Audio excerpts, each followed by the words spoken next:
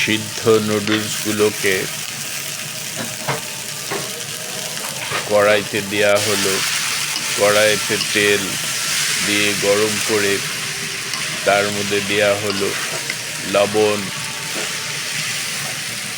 কাঁচামরিচ, মশলা এই সমস্ত দিয়ে নাড়ানো হচ্ছে। এখন নুডলসটাকে নাড়ানো হচ্ছে আর উপরে নিচে করে দেওয়া হচ্ছে, তেলের সাথে ভালোভাবে মিশিয়ে নেওয়া হচ্ছে।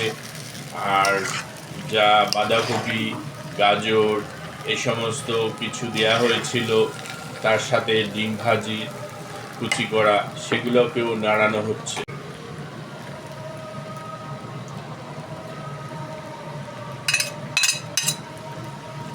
ডিম ভাজি দেওয়া হলো, এখন এটার সাথে নাড়ানো হবে। এখন দেওয়া হবে টমেটো কুচি করা দেওয়া হলো। এখন সবগুলো সুন্দর করে আস্তে আস্তে নেড়ে সুন্দরভাবে এটাকে খাবারের জন্য প্রস্তুত করা হচ্ছে। এতে তাড়াহুড়ো করা যাবে না, ধীরে সুস্থে যেদিকে লেগে যাবে সেদিকে আবার নেড়ে ওপরে নিয়ে আসতে হবে। নুডলস হয়ে গিয়েছে, এখন খাওয়ার জন্য প্রস্তুত।